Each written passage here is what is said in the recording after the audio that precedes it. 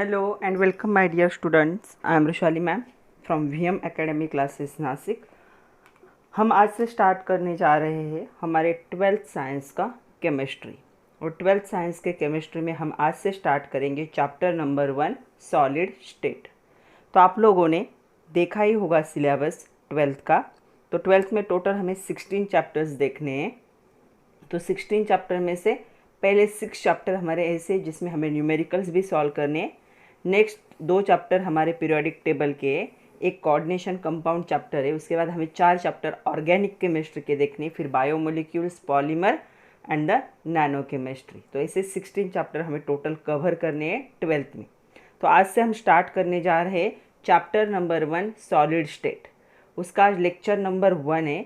तो आज के लेक्चर में हम देखेंगे introduction and type of solid.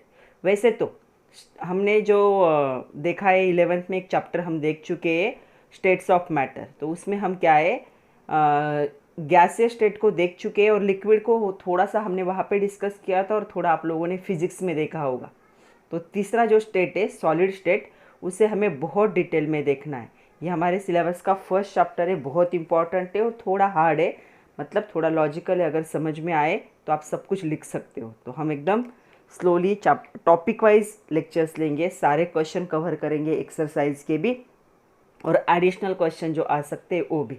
तो चलो स्टार्ट करते हैं lecture number 1 introduction and type of solid, chapter number 1 solid state with VM academy Nashik. चलो सबसे पहले आज के लेक्चर में हमें देखना है इंट्रोडक्शन। इंट्रोडक्शन में कुछ क्वेश्चन है फ्रॉम योर टेक्स्ट बुक। पहला क्वेश्चन है कैन यू रिकॉल करके। आपके टेक्स्ट बुक में can you recall, use your brain power, can you tell, ऐसे करके बहुत सारे क्वेश्चन दिए हुए बीच बीच में, उन सबको हम डिस्कस करेंगे। तो सबसे पहला क्वेश्चन है कैन यू रिकॉल, आपके टेक्स्ट बुक के पेज नंबर 1 पे ही है। तो पहला क्वेश्चन है what are the 3 most common states of matter. तो स्टेट्स ऑफ मैटर कौन से कॉमन, तो हमें पता है स्टेट्स ऑफ मैटर कौन से है। हम 11th में भी पूरा चैप्टर देख चुके हैं स्टेट्स ऑफ मैटर और वहाँ पे भी हमने इंट्रोडक्शन देखा था। तो 3 स्टेट्स ऑफ मैटर है। पहला है सॉलिड स्टेट, दूसरा है लिक्विड स्टेट और तीसरा है गैसियस स्टेट। ये 3 स्टेट है मैटर के। तो गैस को हम 11th में पढ़ चुके हैं, लिक्विड का थोड़ा सा इंट्रोडक्शन हमने 11th में देखा है और आप लोगों ने फिजिक्स में भी लिक्विड स्टेट पढ़ा हुआ है। अभी हमें 12th में कौन सा देखना है, सॉलिड स्टेट को हमें डिटेल में देखना है। तो सो मोस्ट कॉमन स्टेट जो है वो क्या है, सॉलिड, लिक्विड एंड गैस। तो चलो इन तीनों को अभी हमें कंपेयर करना है, तीनों का डिफरेंस देखना है कि क्या होता है सॉलिड, लिक्विड एंड गैस। तो सब लोगों को पता है सॉलिड, लिक्विड और गैस क्या होता है। सॉलिड क्या होता है, सॉलिड के जो पार्टिकल्स होंगे वो क्या होंगे, पार्टिकल्स एक दूसरे को क्या करते हैं, टाइटली हेल्ड करते। एक पार्टिकल मतलब उनके पार्टिकल के बीच में कहीं पे भी गैप नहीं होता। तो सॉलिड का स्ट्रक्चर ऐसे होगा। ओके, ये होंगे सॉलिड। लिक्विड में क्या होता है, आप जिस कंटेनर में उसको क्या करते हो, स्टोर करते हो, उसका वो शेप ले लेता है लिक्विड। तो लिक्विड के पार्टिकल क्या है, रैंडम होते क्योंकि वो मूव होते रहते, तो इससे थोड़ा सा ज़्यादा गैप होगा। बट गैस का हम क्या है, इसे भी कंटेनर में स्टोर किया जाता है लेकिन पार्टिकल बहुत ही ज़्यादा रैंडम होते, हम बता भी नहीं सकते कि कहाँ पे पार्टिकल होंगे। तो पार्टिकल, इंटर पार्टिकल जो डिस्टेंस होगा या इंटर मोलिकुलर डिस्टेंस जो होगा वो बहुत ज़्यादा होता है। तो ये 3 क्या है, सॉलिड, लिक्विड एंड गैस के पार्टिकल्स होंगे। तो देखो अभी हमें क्या है, सेकंड क्वेश्चन वहाँ पे दिया है how does solid state differ from other 2 states.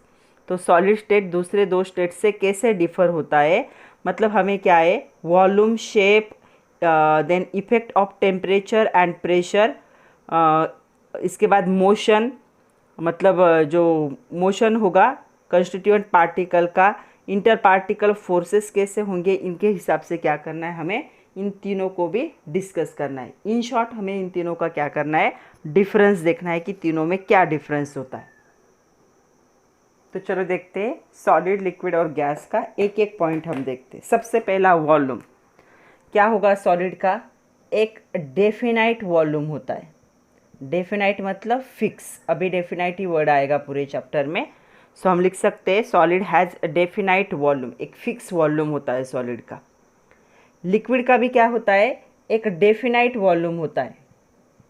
तो आप जिस कंटेनर में उसे ऐड करते हो उसका ये शेप ले लेता है, लेकिन वॉल्यूम क्या होता है, डेफिनाइट होता है।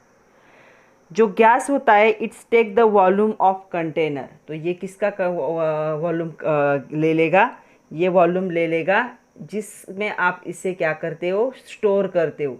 उस कंटेनर का वॉल्यूम क्या होगा, द वॉल्यूम ऑफ गैस। तो जिस कंटेनर में आप उसे स्टोर करोगे उसका वॉल्यूम ये ले लेगा, मतलब इसके पास कोई भी डेफिनाइट वॉल्यूम नहीं है। शेप की बात करें तो सॉलिड हमें पता है, तो सॉलिड का क्या होता है, डेफिनाइट शेप होता है। तो डेफिनाइट शेप होंगे सॉलिड को। उसके बाद ये जो लिक्विड है इसका कोई शेप होता है क्या, नहीं। आप जिसमें स्टोर करोगे, जिस कंटेनर में स्टोर करोगे उस कंटेनर का ये शेप ले लेता है। अगर आपने इसे ग्लास में स्टोर किया तो ग्लास का शेप ले लेगा, बीकर में स्टोर किया तो बीकर का शेप ले लेगा, अगर आपने ब्यूरेट में स्टोर किया तो ब्यूरेट का शेप ले लेगा। तो ये क्या करता है, it take the shape of its container. यहाँ पे गैस भी यही करता है, जिस कंटेनर में आप क्या करते हो उसे स्टोर करते हो उसी कंटेनर का ये क्या कर लेगा, शेप ले लेगा। So take the shape of its container. क्यों, क्योंकि पार्टिकल में डिस्टेंस ज़्यादा है, इसीलिए जिस कंटेनर में आप इन दोनों को स्टोर करोगे उनका शेप ये ले लेंगे। लेकिन सॉलिड का क्या होता है, एक डेफिनाइट शेप होता है। नेक्स्ट हमें देखना है पॉइंट कि अगर हम थोड़ा सा टेम्परेचर चेंज करते, effect of small change in temperature, तो वॉल्यूम क्या हो जाएगा, यहाँ पे जो सॉलिड होगा उसका वॉल्यूम चेंज होगा। अगर थोड़ा सा टेम्परेचर चेंज करते हो तो ये भी क्या होगा, यहाँ पे स्मॉल चेंज होगा। ओके, यहाँ पे टेम्परेचर चेंज करते हो तो मॉडरेट मतलब मीडियम, मॉडरेट क्या होगा, वॉल्यूम में क्या हो जाएगा, चेंज आ जाएगा। So moderate change in the volume. यहाँ पे क्या हो जाएगा, volume change is significant high, तो हाई चेंजेस होंगे यहाँ पे अगर आप थोड़ा सा भी टेम्परेचर क्या करते हो, चेंज करते हो। तो हम 11th में देख चुके हैं कि टेम्परेचर के चेंजेस की वजह से हाई क्या है, हाई या सिग्निफिकेंटली हाई क्या कह सकते हो, वॉल्यूम में क्या आएंगे, चेंजेस आएंगे, किसके, गैसियस पार्टिकल की। तो ये इफेक्ट होगा तीनों पे when we change the small in the temperature. तो टेम्परेचर चेंज करने की वजह से वॉल्यूम थोड़ा सा क्या हो जाएगा, चेंज, इसका बहुत कम होगा, इसका मॉडरेट होगा, इसका हाईली चेंज हो जाएगा। नेक्स्ट और 3 पॉइंट हमें देखने हैं, effect of pressure, then movement of constituent particle and inter particle forces. तो चलो तीनों को देखते हैं। पहला हम देखेंगे इफेक्ट ऑफ प्रेशर। तो यहाँ पे क्या है, प्रैक्टिकली ये क्या है, नॉन कंप्रेसिबल, क्योंकि पार्टिकल ऑलरेडी क्या है, एक दूसरे से बहुत ज़्यादा टाइटली क्या है यहाँ पे जॉइनिंग। तो ये क्या है, नॉन कंप्रेसिबल, इसे प्रेशर अप्लाई करके और कंप्रेस नहीं किया जा सकता। तो कंप्रेस करने की वजह से क्या होगा, पार्टिकल के बीच का डिस्टेंस कम हो जाता है, लेकिन यहाँ पे पार्टिकल ऐसे टाइटली हेल्ड है तो कितना इनके बीच का डिस्टेंस कम हो सकता है, तो ये नॉन कंप्रेसिबल होंगे, उनको आप कंप्रेस नहीं कर सकते। कंप्रेस करना मतलब कंप्रेस करके साइज छोटी कर देना। लिक्विड क्या होंगे, लिक्विड को थोड़े एक्सटेंट में आप क्या कर सकते हो, कंप्रेस कर सकते हो, थोड़ा सा कंप्रेसिबिलिटी पॉसिबल है यहाँ पे। क्यों, क्योंकि लिक्विड के पार्टिकल में थोड़ा सा डिस्टेंस होता है, वो थोड़े फ्री होते हैं एक दूसरे से, तो यहाँ पे थोड़ा सा कंप्रेसिबिलिटी पॉसिबल है। तो लिक्विड के पार्टिकल का डिस्टेंस ऐसे होता है, तो कंप्रेस करके उनको क्लोज लाया जा सकता है। Gases are highly compressible. तो हमें पता है हमारे घर में जो सिलेंडर आता है गैस का, उसमें भी एलपीजी प्रेजेंट होता है, कौन से फॉर्म में होता है, लिक्विफाइड फॉर्म में। कैसे कन्वर्ट किया है, बाय अप्लाइंग प्रेशर अप्लाई करके पार्टिकल को कंप्रेस करके लिक्विड फॉर्म में उसे कन्वर्ट किया है। तो गैस क्या है, कंप्रेसिबल है, ये इफेक्ट होगा प्रेशर पर। इस पर कोई इफेक्ट नहीं, इसमें स्मॉल इफेक्ट, इस पर ज़्यादा इफेक्ट क्या हो जाएगा, कंप्रेस हो जाएगा। नेक्स्ट देखो, मूवमेंट ऑफ कंस्टिट्यूएंट पार्टिकल। तो पार्टिकल की मूवमेंट, तो यहाँ पे मूव हो सकते क्या पार्टिकल, देखो यहाँ पे ऐसा है, तो यहाँ पे पार्टिकल कैन नॉट मूव, क्योंकि बीच में जगह ही नहीं है मूव होने के लिए। तो can not move freely, they occupy the fix position. तो ये फ्रीली मूव नहीं हो सकते, क्या करेंगे, ये ऑक्यूपाई करेंगे फिक्स पोजीशन। देखो यहाँ पे, तो ये ऑक्यूपाई करते हैं फिक्स पोजीशन, तो कभी भी मूव नहीं हो सकते, फिक्स पोजीशन क्या करेंगे, ऑक्यूपाई करेंगे। ये पार्टिकल मूव हो सकते हैं क्या, तो लिक्विड ऐसे होते हैं पार्टिकल, थोड़ा सा डिस्टेंस होता है, और गैस में बहुत ज़्यादा डिस्टेंस होगा ऐसे। तो यहाँ पे ये पार्टिकल हो सकते हैं क्या, ये पार्टिकल स्मॉल डिस्टेंस मूव कर सकते, तो मूव स्मॉल डिस्टेंस, थोड़ा सा डिस्टेंस मूव कर सकते, बट लिक्विड में, वो उसी पार्टिकल में। यहाँ पे ये जो गैस के पार्टिकल है, they are continuous in random motion. तो ये क्या होते हैं, रैंडम मोशन में होते हैं। हम नहीं बता सकते कि कौन से टाइम पे गैस का कौन सा पार्टिकल कहाँ पे मूव हो रहा है, तो इनकी मूवमेंट रैंडमली होती रहती। इंटर पार्टिकल फोर्सेस, ये जो पार्टिकल है इनके बीच का फोर्स, तो इंटर पार्टिकल फोर्स क्या होगा, यहाँ पे स्ट्रांग होगा, क्योंकि एक पार्टिकल दूसरे पार्टिकल से टाइटली हेल्ड है। यहाँ पे क्या होगा, देखो दूसरे में, यहाँ पे लेस स्ट्रांग कहा जाता है, इसे थोड़ा सा वीक भी कह सकते हो, तो लेस स्ट्रांग। और यहाँ पे क्या होगा, वेरी वीक। तो अभी यहाँ पे लेस स्ट्रांग वर्ड यूज़ किया है लेकिन आपके बुक में, बट आप क्या कह सकते हो, उसे वीक भी कह सकते हो। तो यहाँ पे जो इंटर पार्टिकल फोर्स है वो क्या है, स्ट्रांग है। यहाँ पे पार्टिकल में थोड़ा सा डिस्टेंस है इसलिए वीक होगा। यहाँ पे पार्टिकल में रैंडम मोशन है, बहुत ज़्यादा डिस्टेंस है, इसीलिए इंटर पार्टिकल फोर्स क्या होगा, बहुत ही ज़्यादा कम होगा। अभी तीनों स्टेट अच्छे से समझ में आए होंगे। तो चलो देखते हैं, अभी सॉलिड स्टेट हमें स्टार्ट करना है। सॉलिड होते क्या है, तो सॉलिड सब्सटेंस की ऐसी स्टेट है, किसी भी सब्सटेंस की या मैटर की ऐसी स्टेट है जिसमें क्या होंगे, जो कंस्टिट्यूएंट पार्टिकल होंगे जो बॉन्डेड होंगे with strong force of attraction. तो पार्टिकल क्या हो जाते हैं, ऐसे स्ट्रॉन्ग फोर्स ऑफ अट्रैक्शन से एक दूसरे से क्या हो जाते हैं, बाउंड हो जाते हैं। इसी स्टेट को क्या कहा जाता है, फिजिकल स्टेट को किसी भी मैटर के क्या कहा जाता है, सॉलिड स्टेट कहा जाता है। तो एग्जाम्पल कौन से सॉलिड के, वैसे तो बहुत सारे एग्जाम्पल हमें पता है। शुगर एक सॉलिड है, सबको पता है। उसके बाद सॉल्ट जो होता है वो भी एक सॉलिड है। ग्लास हम देखते हैं तो ग्लास भी एक सॉलिड है। प्लास्टिक भी एक सॉलिड है। उसके साथ साथ रबर भी एक सॉलिड है। तो ये सारे एग्जाम्पल है सॉलिड के। तो जो भी चीज़ें हमें दिखती है, जो इनमें मूवमेंट नहीं है, जो फ्लो नहीं कर सकती, वो सारे चीज़ें क्या है, सॉलिड है। क्यों, क्योंकि उनके कंस्टिट्यूएंट पार्टिकल क्या हो चुके हैं, bound together by the strong force of attraction. तो चलो अभी हमें देखना है प्रॉपर्टीज ऑफ सॉलिड। इस पे भी क्वेश्चन आ जाता है कभी कभी, give the properties of solid. तो सबसे पहला पॉइंट कि सॉलिड जो होते हैं they have strong intermolecular forces of attraction.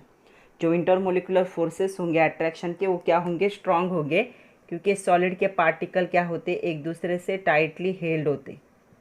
तो इसलिए इंटरमोलिकुलर फोर्सेस जो होंगे, इन दो मोलिक्यूल के बीच का फोर्स क्या होगा, स्ट्रांग होगा। अट्रैक्शन मतलब उनको क्लोज करके रखेगा, बाउंड करके रखेगा। दूसरा पॉइंट, इनके पास डेफिनाइट मतलब फिक्स शेप होता है और साइज होता है। तो हमें भी बहुत सारे सॉलिड के, जैसे शुगर का हमें पता है, शेप साइज पता है, सॉल्ट का पता है, ग्लास का पता है। तो हर सॉलिड का एक डेफिनेट शेप और साइज होगा। नेक्स्ट देखो, ये चेंज हो गए स्लाइटली मतलब थोड़े से, with change in the temperature and pressure. अगर टेम्परेचर प्रेशर को चेंज करते हो तो एकदम स्लाइट थोड़ा सा क्या होगा, इनके वॉल्यूम में चेंज होगा, ज़्यादा चेंजेस नहीं होंगे।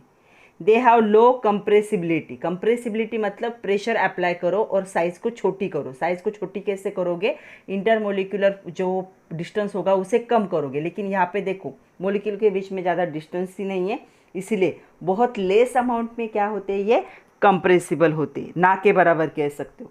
तो कंप्रेसिबिलिटी जो होती है सॉलिड की बहुत ही कम है, बहुत ज़्यादा लेस है, तो इनको ज़्यादा कंप्रेस नहीं कर सकते, इसलिए कह सकते they have low compressibility. Compressibility मतलब पार्टिकल पे प्रेशर अप्लाई करके उसकी साइज छोटी करना, कैसे, इंटरमोलिकुलर डिस्टेंस को कम करना। यहाँ पे डिस्टेंस ही नहीं है इसलिए और कम नहीं हो सकता, इसलिए क्या है, very low compressibility. Next property देखो, they have less flexibility, low flexibility, compress नहीं हो सकते इसलिए फ्लेक्सिबिलिटी भी क्या होगी इनकी, बहुत ही ज़्यादा कम होगी। उसके बाद देखो, diffusion power is less, diffuse होना मतलब स्प्रेड होना, तो पार्टिकल टाइटली हेल्ड टुगेदर, इसीलिए स्प्रेड होने की पावर भी कम होगी, इनका डिफ्यूजन पॉसिबल नहीं है। They have high melting and boiling point, तो सॉलिड पहले मेल्ट होते उसके बाद बॉयल होंगे, तो मेल्टिंग बॉइलिंग पॉइंट इनका बहुत ही ज़्यादा होता है क्योंकि ज़्यादा एनर्जी की ज़रूरत है। जो पार्टिकल है इंटरमोलिकुलर, जो पार्टिकल एक दूसरे से टाइटली हेल्ड है bye strong force of attraction, तो उस फोर्स को कम करने के लिए बहुत ही ज़्यादा हीट की ज़रूरत पड़ेगी, इसलिए मेल्टिंग पॉइंट भी क्या होगा, हायर होगा। जो स्मॉलेस्ट कंस्टिट्यूएंट पार्टिकल होता है किसी भी सॉलिड का, एक तो हो सकता है एटम हो सकता है, आयन हो सकता है, या फिर मोलिक्यूल हो सकता है। तो हमने जो देखा था स्ट्रक्चर कि ऐसे पार्टिकल बनेंगे, तो यहाँ पे ये छोटा कंस्टिट्यूएंट पार्टिकल है, देखो ये वाला, ये एक तो एटम हो सकता है, आयन हो सकता है, या फिर मोलिक्यूल हो सकता है। और एक प्रॉपर्टी कि most of solids are good conductor of heat and electricity, बहुत सारे सॉलिड क्या है, हीट और इलेक्ट्रिसिटी को कंडक्ट कर सकते हैं, जैसे कि मेटल्स। नेक्स्ट हमें देखना है टाइप ऑफ सॉलिड, तो सॉलिड के कौन से टाइप है, तो सॉलिड के दो टाइप है। क्वेश्चन आ जाता है what are the two type of solid. तो पहला सॉलिड का टाइप है क्रिस्टलाइन सॉलिड, जिसका स्पेसिफिक ज्योमेट्री होगी, स्पेसिफिक शेप साइज होगा। और दूसरा होता है एमॉर्फस सॉलिड, तो amorphous solid mostly powder form में होता है, जिसका कोई स्पेसिफिक शेप साइज नहीं होता पार्टिकल का। तो हमें दोनों टाइप को क्या करना है, डिटेल में देखना है। तो चलो इसी पे एक क्वेश्चन दिया है, पहले क्वेश्चन देख लेते हैं फिर दोनों टाइप को डिटेल में जानेंगे। ऑब्जर्व एंड डिस्कस, आपके टेक्स्ट बुक के पेज नंबर 1 पे। तो उन्होंने क्या दिया है क्वेश्चन में, आपको कलेक्ट करने सॉलिड, पहला आपको कलेक्ट करना है वो है ग्रैन्युलर शुगर, जो हमारे घर में प्रेजेंट होता है, तो शुगर को कलेक्ट करो। उसके बाद कॉमन सॉल्ट, जो NaCl हम घर में यूज़ करते हैं उसे। और तीसरा आपको कलेक्ट करना है ब्लू विट्रियोल, तो ब्लू विट्रियोल आप लोग देखो गूगल पे सर्च करके, ब्लू कलर के क्रिस्टल होते, जैसे ग्लास को अगर ग्लास टूट जाए तो ग्लास के जैसे हमें ट्रांसपेरेंट टुकड़े दिखते हैं, वैसे ही ब्लू कलर के, डार्क ब्लू कलर के दिखेंगे, उनको क्या कहा जाएगा, ब्लू विट्रियोल कहा जाएगा। इन तीनों को कलेक्ट करना है, ऑब्जर्व करना है few granules of this solid under the magnifying lens और माइक्रोस्कोप, तो तीनों को माइक्रोस्कोप के अंदर आपको ऑब्जर्व करना है, डिस्कस करना है ऑब्जर्वेशन ऑन द टॉपिक। जैसे पहला आपको देखना है शेप ऑफ ग्रैन्यूल, तो क्या होगा तीनों का शेप, तो आप देखोगे तो आपको पता चलेगा all the granules of the particular solid have the same shape, तो इनका क्या होगा, शेप क्या होगा, सेम होगा। जो सॉल्ट होगा उसके क्या होंगे, क्यूब जैसे, ये सॉल्ट आपको कैसे दिखेगा, क्यूब जैसा दिखेगा, क्यूब मतलब ऐसे होता है क्यूब, तो ऐसे आपको क्यूब जैसा दिखेगा। ये जो वाइट शुगर ग्रैन्यूल्स होते हैं वो स्लाइटली क्या होंगे, एब्लॉन्ग होंगे, तो यहाँ पे ये एब्लॉन्ग होंगे, इनकी क्या होगी, स्लेंटिंग एज होगी। और जो विट्रियोल्स होंगे वो आपको ट्राइक्लिनिक शेप के दिखेंगे, तो इन तीनों का अगर आप ऑब्जर्व करोगे तो तीनों के अलग अलग शेप दिखेंगे, एक क्यूब जैसा दिखेगा, एक क्या होगा स्लैंडिंग एज लेंथ दिखेगी, और तीसरा आपको ट्राइक्लिनिक शेप दिखेगा। शेप तो हमें बाद में देखने ही है। दूसरा हमें देखना है कि smoothness of face of the granules, इनका स्मूथनेस, तो यहाँ पे क्या होगा, जो फेसेस होंगे ग्रैन्यूल्स के वो क्या होंगे, प्लेन एंड स्मूथ, तीनों के भी क्या होंगे, प्लेन और स्मूथ होंगे। तीसरा है angle between the various edge of the granules, तो एंगल भी बताना है इनके बीच का, जो एंगल होगा वेरियस इनके बीच का वो क्या होगा, सेम होगा। हर ग्रैन्यूल में क्या होगा, पर्टिकुलर सॉलिड में क्या है, एक क्या होगा, एंगल होगा, तो यहाँ पे एक स्पेसिफिक शेप साइज से बने हुए तीनों भी है। वहीं पे दूसरा क्वेश्चन है all the above solids are crystalline solid, तो ये सारे क्या है, क्रिस्टलाइन सॉलिड के एग्जाम्पल है। Name the properties of crystal that you observe in this activity, तो क्या प्रॉपर्टीज है इनकी, तो यहाँ क्या होता है, एक स्पेसिफिक प्रॉपर्टी कि इन सब का क्या है, एक स्पेसिफिक ज्योमेट्रिकल शेप है, तो हर एक को एक स्पेसिफिक ज्योमेट्रिकल शेप है, ये आपने क्या किया, एक सेम प्रॉपर्टी ऑब्जर्व की। नेक्स्ट क्वेश्चन देखो, आपके टेक्स्ट बुक के पेज नंबर 1 पे ये डायग्राम दी है। तो यहाँ पे जो रेड कलर का है वो क्या है, पार्टिकल 1, और जो ब्लू कलर का दिख रहा है वो क्या है, पार्टिकल 2। दो पार्टिकल से ये क्रिस्टल बना है, पार्टिकल 1 एंड पार्टिकल 2 से। तो देखो इस पे क्या क्वेश्चन है, ऑब्जर्व द फिगर केयरफुली, इसे अच्छे से ऑब्जर्व करो। The two type of circles in this figure represent two type of constituent particle. तो यहाँ पे दो टाइप के क्रिस्टल है, दो टाइप के पार्टिकल को क्या करते हो, रिप्रेजेंट करते हैं। तो सॉलिड के पहला क्वेश्चन है, will you call the arrangement of particle in solid in regular और इरेगुलर। तो आपको ये रेगुलर दिख रहा है या इरेगुलर दिख रहा है, तो रेगुलर और इरेगुलर समझ लो। इरेगुलर मतलब क्या है, कंस्टिट्यूएंट पार्टिकल कैसे भी आएंगे। तो यहाँ पे देखो ब्लू और रेड दो पार्टिकल आप लोगों को दिख रहे हैं। तो यहाँ पे देखो ब्लू के बाद रेड, रेड के बाद फिर से ब्लू, फिर रेड, फिर ब्लू, फिर रेड। यहाँ पे देखोगे red red red, blue blue blue. तो यहाँ पे जाओगे ब्लू रेड ब्लू। तो ये क्या है, रेगुलर अरेंजमेंट है। तो ये अरेंजमेंट जो पार्टिकल की दिखाई गई है सॉलिड में, ये रेगुलर अरेंजमेंट है। उसके बाद दूसरा क्वेश्चन है, is the arrangement of constituent particle same और डिफरेंट इन डायरेक्शन।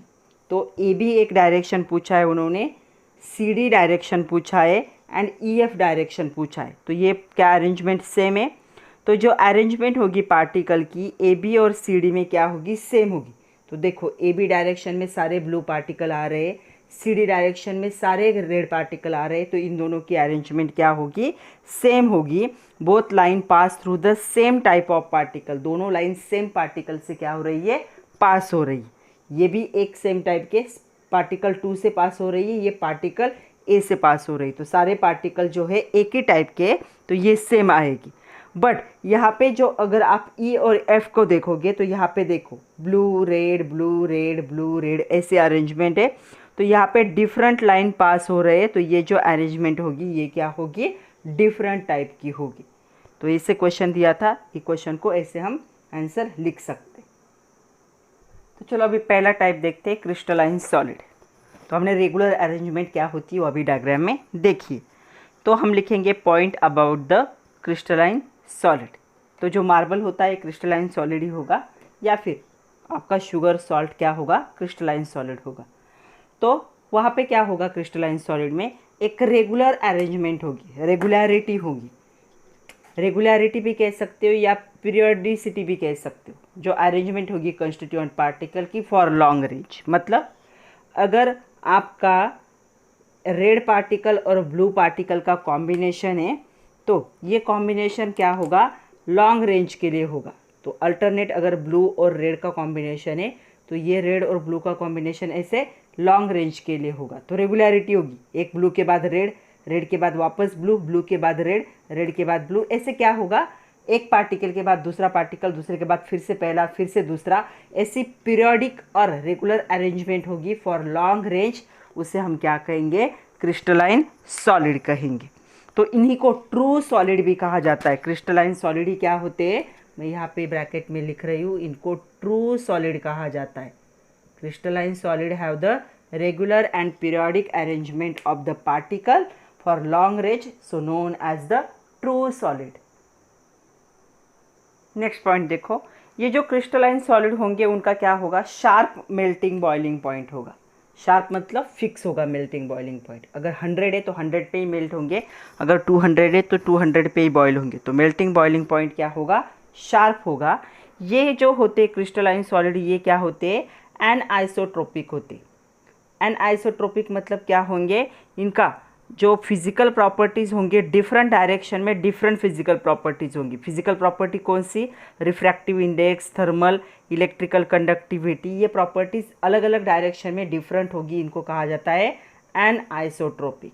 तो ये एनआइसोट्रोपिक होंगे नेचर में। और एग्जाम्पल देखो, एग्जाम्पल बहुत सारे क्वेश्चन भी आता है एग्जाम में, give 4 examples of crystalline solid और give properties of crystalline solid with example. तो NaCl, आइस, कॉपर, कॉपर मत कहो सारे मेटल कहो, डायमंड, सिरेमिक्स, शुगर, ये सारे क्या है, ये सारे एग्जाम्पल है क्रिस्टलाइन सॉलिड के। एक स्पेसिफिक शेप साइज होती है, एक स्पेसिफिक ज्योमेट्री होती है इनकी, इसलिए इनका मेल्टिंग बॉइलिंग पॉइंट भी क्या होता है, शार्प होता है। सेकंड टाइप हमें देखना है एमॉर्फस सॉलिड। तो एमॉर्फस मतलब पाउडर फॉर्म में जैसे होता है वैसे पार्टिकल। तो एमॉर्फस सॉलिड का एग्जांपल चॉक भी ले सकते हो, चॉक का पाउडर भी एमॉर्फस सॉलिड, या टैल्कम पाउडर आपका वो जो फ्लोर होता है वो। तो जो कॉन्स्टिट्यूएंट पार्टिकल होंगे ये रैंडमली अरेंज होंगे। रैंडमली अरेंज मतलब कैसे भी हो सकते। तो रैंडमली अरेंजमेंट कैसे भी हो सकती है। सपोज आपका एक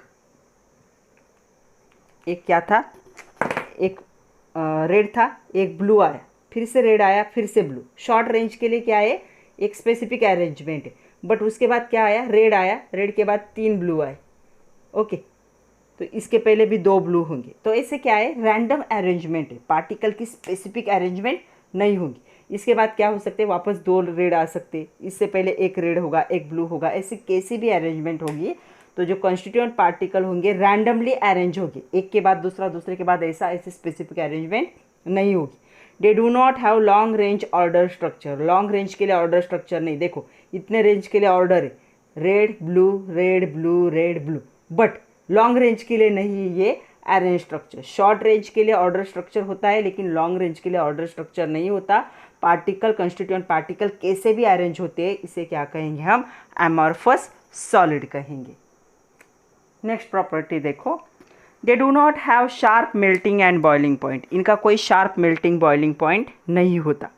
क्यों नहीं होता, आप इनको जैसे भी हीट करोगे, टेम्परेचर ग्रेजुअली जैसे ही चेंज होता है, जो कंस्टिट्यूएंट पार्टिकल होते हैं वो सॉफ्ट हो जाते हैं और ये स्टार्ट कर देता है फ्लो होना। तो ये फ्लो हो जाएगा अगर टेम्परेचर इंक्रीज करोगे।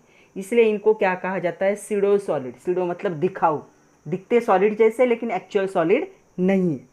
तो थोड़ा सा हीट करोगे तो बहने लग जाएंगे, फ्लो हो जाएंगे। इनको कहा जाता है आइसोट्रॉपिक। आइसोट्रॉपिक मतलब सारे डायरेक्शन में क्या होंगे, इनके फिजिकल प्रॉपर्टीज क्या होंगे, सेम होंगे। तो इसीलिए इनको क्या कहा जाता है, आइसोट्रॉपिक भी कहा जाता है। सेम फिजिकल प्रॉपर्टीज इन ऑल डायरेक्शन।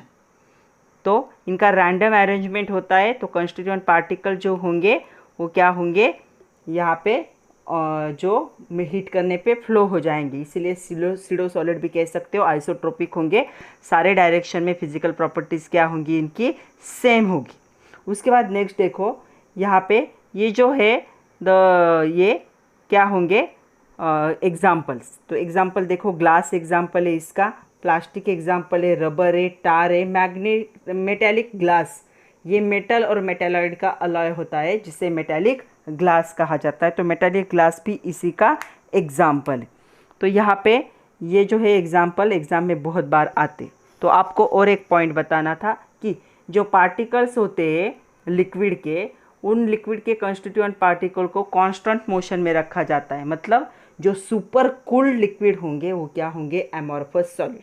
और ग्लास जो है ये सुपर कूल लिक्विड है। सुपर कूल करके जो कंस्टिट्यूएंट पार्टिकल है उनका मोशन रोका गया है। तो ग्लास क्या है, सुपर कूल लिक्विड है।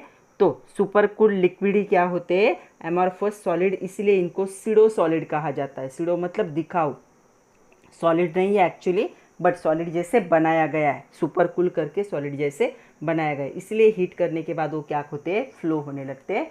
और इतने सारे उसके एग्जाम्पल हैं। तो आपके टेक्स्ट बुक के पेज नंबर 2 पे एक क्वेश्चन दिया है, use your brain power, identify the arrangement A and B. तो ए क्रिस्टलाइन है और बी क्या है, एमॉर्फस सॉलिड है। तो दोनों का अरेंजमेंट आप लोग डायग्राम में देख लो। ए क्या है, the arrangement a represent crystalline solid and arrangement b represent amorphous solid. Next question देखो, differentiate between crystalline solid and amorphous solid. Exam में हमेशा आने वाला क्वेश्चन है ये। तो हम दोनों भी देख चुके, तो चलो देखते हैं। सबसे पहला पॉइंट यहाँ पे क्या होगी, रेगुलर अरेंजमेंट होगी। रेगुलर भी कह सकते हो या इसे ही पीरियोडिक भी कहा जाता है।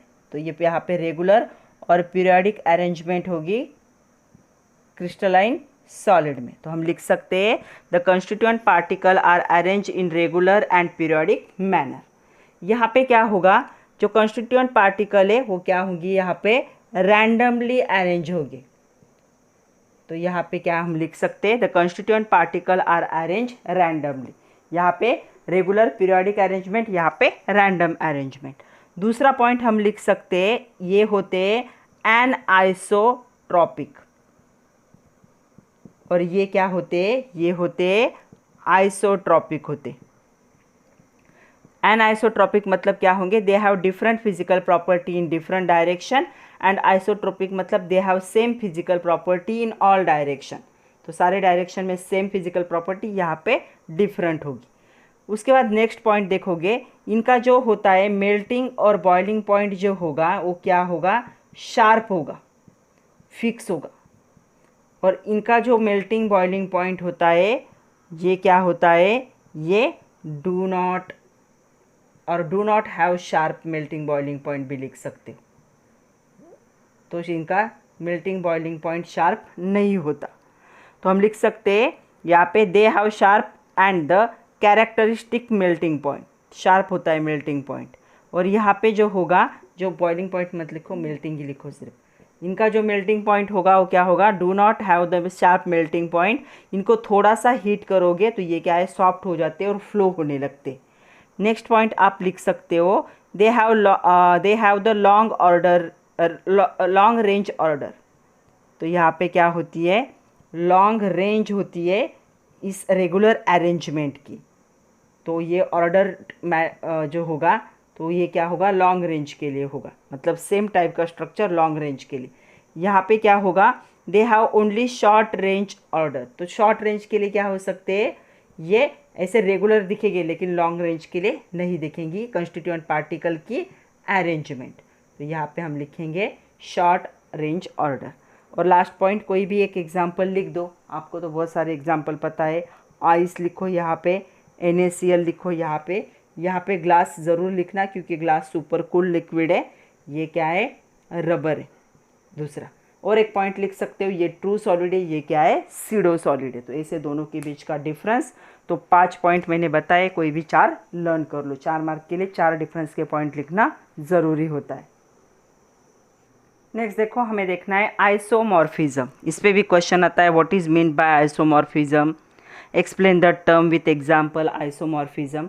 तो आइसोमॉर्फिज्म क्या होता है, या इसे आइसोमॉर्फस भी कहा जाता है। तो आइसोमॉर्फस या आइसोमॉर्फिज्म एक ही है।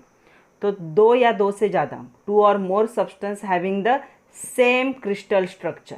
क्रिस्टल स्ट्रक्चर सेम होगा मतलब क्या होगा, जो कंस्टिट्यूएंट पार्टिकल होंगे उन कंस्टिट्यूएंट पार्टिकल में एटम का रेशियो क्या होगा, सेम होगा। तो मैं यहाँ पे लिख रही हूँ सेम एटॉमिक रेशियो।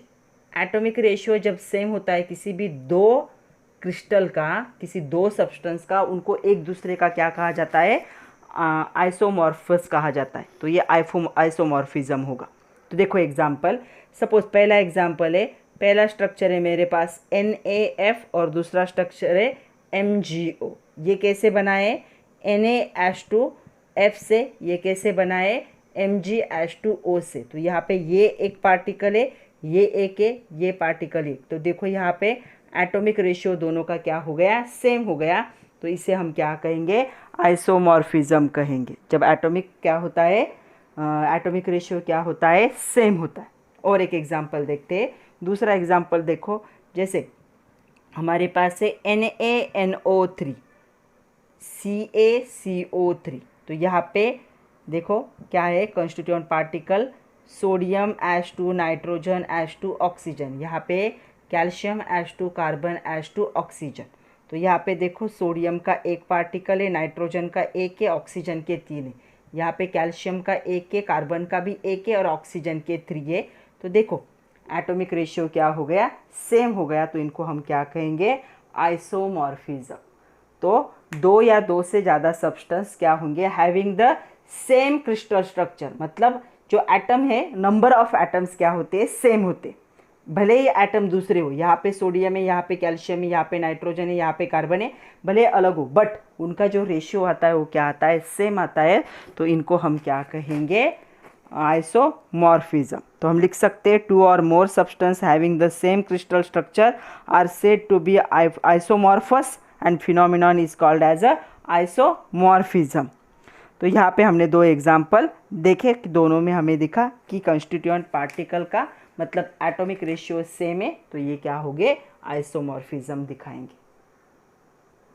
दूसरा हमें देखना है पॉलीमॉर्फिज्म। तो यहाँ पे क्या होगा, सिंगल सब्सटेंस होगा, एक ही सब्सटेंस। सिंगल सब्सटेंस क्या करता है, यहाँ पे एग्जिस्ट करता है दो या दो से ज़्यादा फॉर्म, क्रिस्टलाइन स्ट्रक्चर के दो या दो से ज़्यादा फॉर्म। जब सिंगल स्ट्रक्चर क्या करता है, सब्सटेंस क्या करता है, ऑक्युपाई करता है, उसे क्या कहा जाता है, पॉलीमॉर्फस। पॉली मतलब मेनी, मॉर्फस मतलब स्ट्रक्चर। एक सब्सटेंस दो या दो से ज़्यादा स्ट्रक्चर बना सकता है, क्रिस्टलाइन सॉलिड बना सकता है, तो उसे पॉलीमॉर्फस कहा जाएगा। और फिनोमिनॉन को क्या कहा जाएगा, पॉलीमॉर्फिज्म। तो इसके बहुत सारे एग्जाम्पल है, तो चलो देखते हैं एग्जाम्पल। इस पे भी क्वेश्चन आ जाता है एग्जाम पे। तो एग्जाम्पल देखो, सबसे पहला एग्जाम्पल है कैल्साइट एंड एरेगोनाइट। ये दोनों भी क्या है, कैल्शियम कार्बोनेट के फॉर्म में।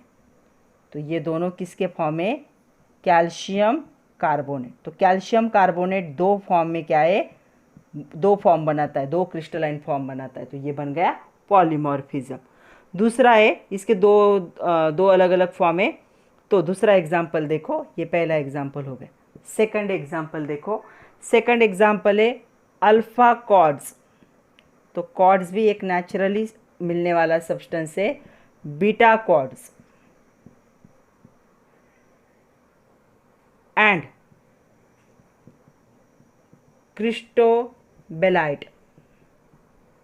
ये तीनों भी क्या है, ये तीनों किसके फॉर्म है, सिलिका के फॉर्म है। सिलिका ये तीन फॉर्म बनाती है। तो सिलिका एक सिंगल सब्सटेंस हुआ और इसके ये तीन फॉर्म हुए, तो सिलिका ये तीन फॉर्म क्या है, बनाती। नेक्स्ट एग्जाम्पल देखोगे, तो नेक्स्ट देखो पॉलीमॉर्फिज्म जो होता है वो क्या है, जो एलिमेंट्स दिखाते हैं उनको ही क्या कहा जाता है, अलोट्रॉपी। तो बहुत इंपॉर्टेंट एग्जाम्पल, दो एग्जाम्पल देख लिए हमने, दो सफिशिएंट एग्जाम्पल। नेक्स्ट हमें देखना है कि अलोट्रॉपी होता क्या है। आप लोगों ने सुना होगा अलोट्रॉप्स। तो अलोट्रॉपी ये फिनोमिनॉन है। तो अलोट्रॉपी क्या होता है, इस पे भी क्वेश्चन आता है, what is mean by the allotropy. तो पॉलीमॉर्फिज्म ये दिखाएंगे, पॉलीमॉर्फिज्म ये प्रॉपर्टी, पॉलीमॉर्फिज्म ऑकरिंग, अगर ये पॉलीमॉर्फिज्म हमें दिखती है इन एलिमेंट्स, तो जो पीरियोडिक टेबल के हमारे एलिमेंट्स हैं उनमें अगर ये प्रॉपर्टी दिखी तो इसे क्या कहा जाता है, अलोट्रॉपी कहा जाता है। तो पॉलीमॉर्फिज्म अलोट्रॉपी फॉर्म्स द कार्बन। तो कार्बन देखो, कार्बन के कितने सारे अलोट्रॉप है। तो कार्बन का अलोट्रॉप डायमंड भी है, उसके बाद इसका अलोट्रॉप ग्राफाइट भी है, फिर इसका अलोट्रॉप फुलेरिन भी है। तो ये देखो कार्बन एक एलिमेंट है, इसने इतने सारे क्या है, पॉलीमॉर्फिज्म दिखाए, तो इनको कहा जाता है अलोट्रॉपी। तो अलोट्रॉपी एक टाइप का पॉलीमॉर्फिज्म ही है। सिर्फ ये पॉलीमॉर्फिज्म हमें किस में ऑकर हो रहा है, एलिमेंट में ऑकर हो रहा है, इसीलिए हम इसे क्या कहेंगे, अलोट्रॉपी कहेंगे। तो अलोट्रॉपी हम लिख सकते हैं, polymorphism occurring in elements is called as a allotropy. Diamond, graphite, fullerene ये सारे अलोट्रॉपिक फॉर्म है किसके, कार्बन के। तो आज के लिए इतना ही था बच्चों। आज हमने बहुत इंपॉर्टेंट टॉपिक को डिस्कस कर लिया है। नेक्स्ट जो लेक्चर होगा हमारा सेकंड लेक्चर, उसमें हम देखेंगे क्लासिफिकेशन ऑफ क्रिस्टलाइन सॉलिड। तब तक के लिए पढ़ते रहिए। अभी 12th में आ गए हो, खुद से नोट्स बनाना ज़रूरी है, तो नोट्स बनाइए। All the best and thank you very much.